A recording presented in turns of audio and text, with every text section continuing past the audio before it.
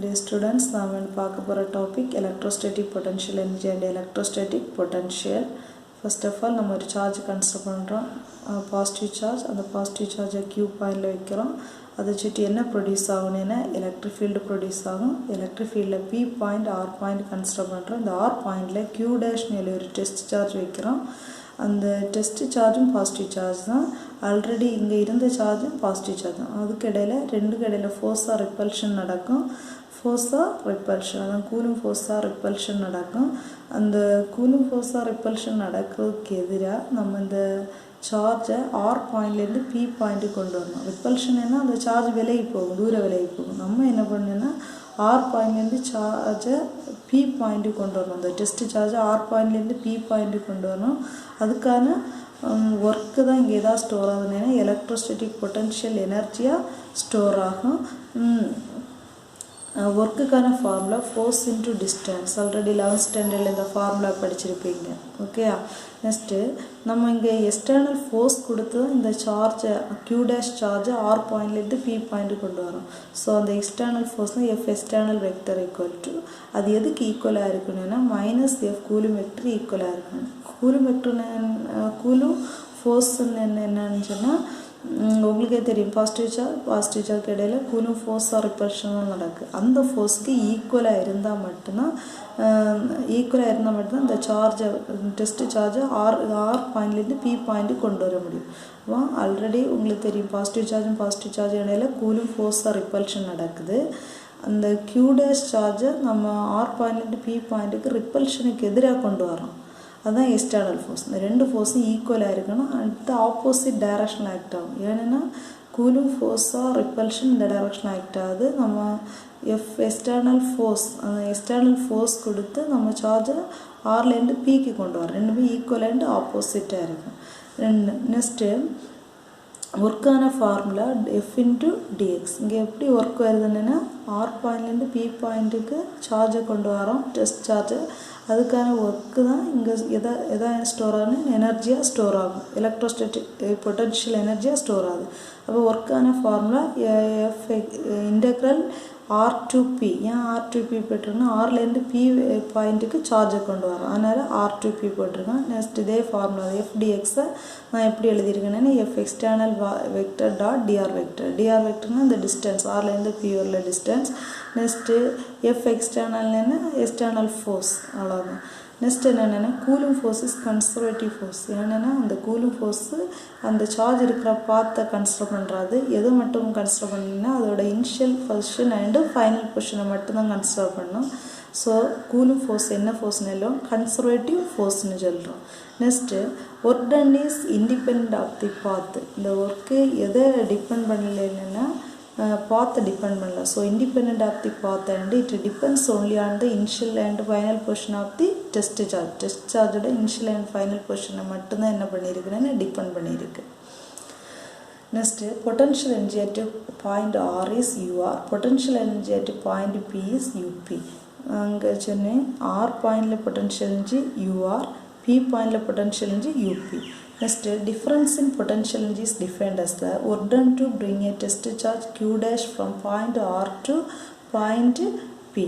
அப்போ இந்த difference in potential energy என்ன, இந்த P R பாயிண்டில் பொட்டன்ஷியல் எனர்ஜி UR, P பாயிண்டில் பொட்டன்ஷியல் எனர்ஜி UP. ரெண்டுக்குள்ள டிஃபரன்ஸை தான் நம்ம என்னென்னு சொல்லணும்னா work done to bring a test charge from point R to point P. நம்ம ஆர்லேருந்து பிக்கு டெஸ்ட் சார்ஜை கொண்டு வரோம். அந்த ஒர்க் எதுக்கு ஈக்குவலாக இருக்குன்னா இந்த ரெண்டு பாயிண்ட்டுக்கு இடையில உள்ள பொட்டன்ஷியல் எனர்ஜி டிஃப்ரென்ஸுக்கு ஈக்குவலாக இருக்குது. அதான் U B minus you are equal to W. Work இந்த ரெண்டு பாயிண்ட்டுக்கு இடையில உள்ள பொட்டன்ஷியல் எனர்ஜி டிஃப்ரென்ஸுக்கு ஈக்குவலாக இருக்குது. So UP minus you are equal to W. யூபின்னா இந்த பாயிண்டில் potential energy high value. So UP minus UR, இந்த பாயிண்டில் பொட்டன்ஷியல் எனர்ஜிலேருந்து இந்த பாயிண்டில் உள்ள பொட்டன்ஷியல் எனர்ஜியை மைனஸ் பண்ணுறோம், சப்ட்ராக்ட் பண்ணுறோம். So UP minus you are equal to W. Difference potential energy எதுக்கு ஈக்குவலாக இருக்குது, ஒர்க்குக்கு ஈக்குவலாக இருக்குது. நம்ம இதை என்னென்னு சொல்லணும்னா change in potential energy delta U, change in potential energy delta U. Next change in potential energy delta யூன்னு என்ன ஒர்க்குன்னு தெரியும். ஒர்க்குக்கான ஃபார்முலா உங்களுக்கு தெரியும், F external integral r to p f external dot f external vector dot dr vector னு தெரியும். So delta u equal to w க்கு பதிலா இந்த ஃபார்முலா எழுதிடுங்க. இதுதான் செகண்ட் equation. இங்க ஆல்ரெடி ஃபர்ஸ்ட் equation எழுதிருக்கேன் ஒர்க்குக்கானது. நெக்ஸ்ட் உங்களுக்கு ஃபார்முலா தெரியும். Electric field intensity formula E vector equal to F vector divided by Q னு ஆல்ரெடி ஃபார்முலா தெரியும். Electric field intensity formula E is the electric field intensity, F is the force, Q is the charge. So F vector find out பண்ணா Q இங்க வரும். So QE vector. F vector என்ன? QE vector. So நம்ம இந்த F external vector க்கு பதிலா என்ன எழுதணும்னா F external vector equal to minus F Coulomb vector னு ஆல்ரெடி நான் சொல்லியிருக்கேன்.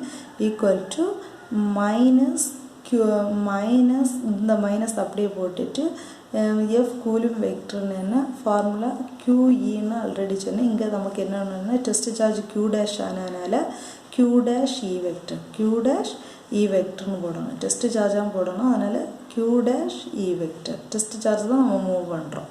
Okay, so already electric field intensity formula E vector equal to F vector divided by Q. So F vector find out பண்ணா Q into E vector. அதனால ஃபோர்ஸுக்கான formula இதே formula எழுதிட்டு ஃபோர்ஸுக்கான formula Q dash E. Qக்கு பதிலா இங்க Q dash test சார்ஜோட இது test charge symbol போடணும். So Q dash E இந்த minus அப்படியே போட்டுரு. அவ்வளவுதான். Next delta U equal to இந்த F external vector equal to minus Q dash E தானே, அதனால அதை அப்படியே போட்டுருங்க. So delta U equal to R to P F external vector வேலை minus Q dash E vector dot dr vector அப்படியே போட்டுருங்க. Delta U equal to Q dash வெளியில் எடுத்துருங்க. பேலன்ஸு Q dash வெளியில் எடுத்த இன்டர்வலுக்கு இன்சைடு நீங்கள் எழுதுங்க.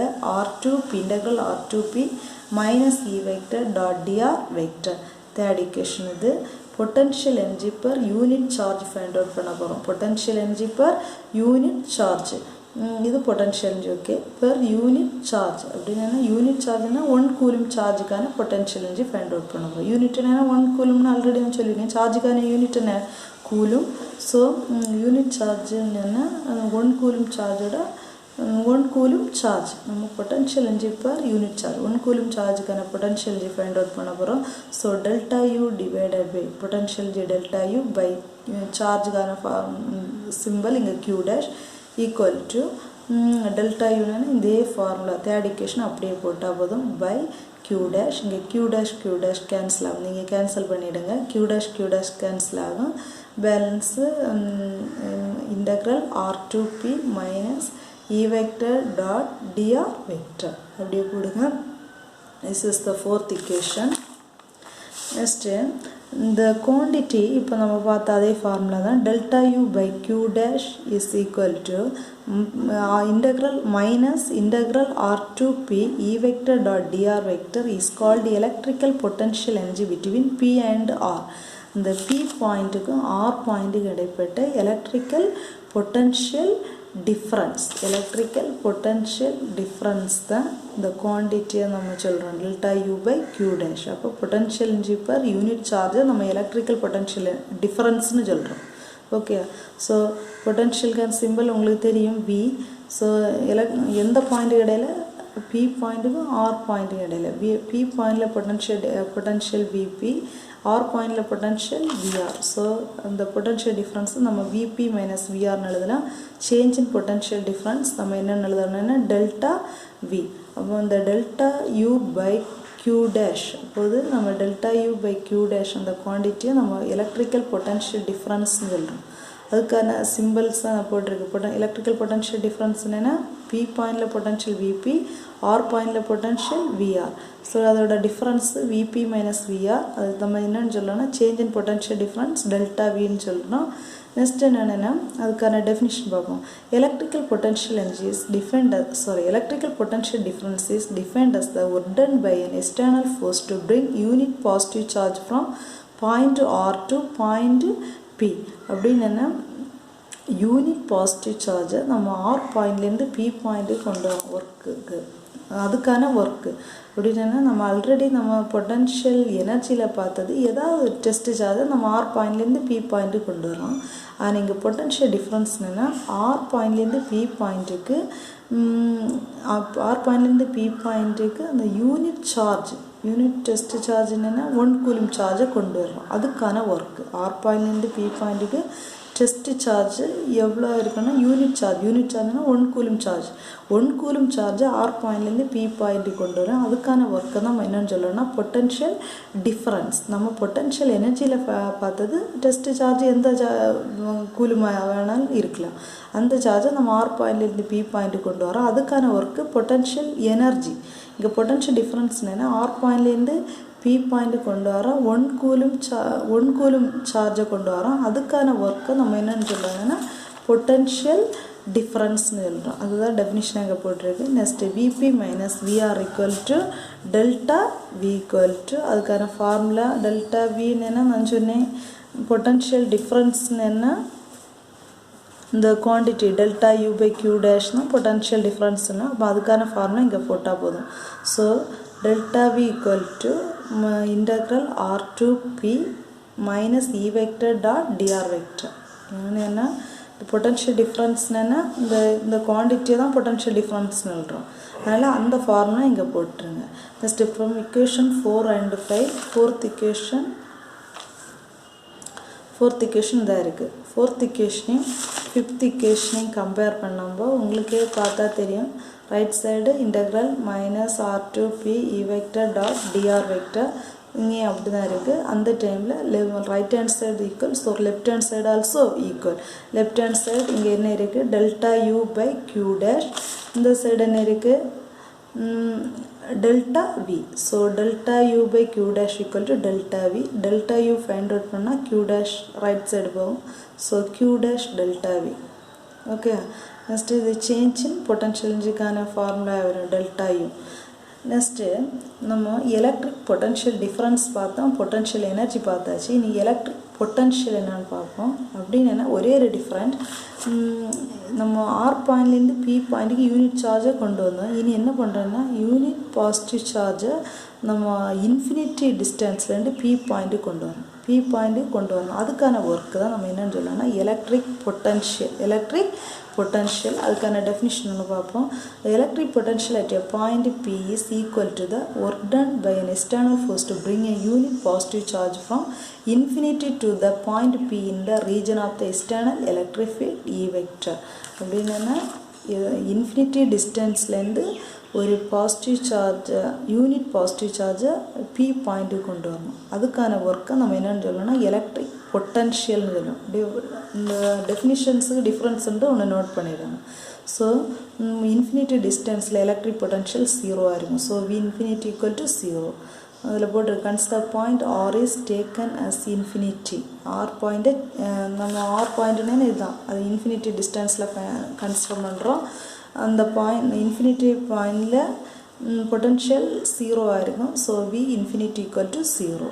ஸோ விபி இந்த பி பாயிண்டில் பொட்டன்ஷியல் ஃபைண்ட் அவுட் பண்ணுறோம். அதுக்கான ஃபார்முலா ஆல்ரெடி தெரிஞ்ச ஃபார்முலா தான், minus E vector dot TR vector. அந்த integral values infinity to P, நேரமே ஆர் டு பின்னு பார்த்தோம். இங்கே இப்போது இன்ஃபினிட்டிலேருந்து பி பாயிண்ட்டு கொண்டு வரோம். So infinity to B.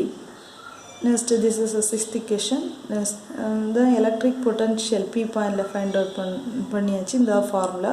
Next the unit of electric potential joule per coulomb. அது எப்படி ஃபைண்ட் அவுட் பண்ணலாம்னு இந்த நிறைய ஃபார்முலான்னு ஃபைண்ட் அவுட் பண்ணால் இந்த ஃபார்முலான்னு எடுக்கிறோம்.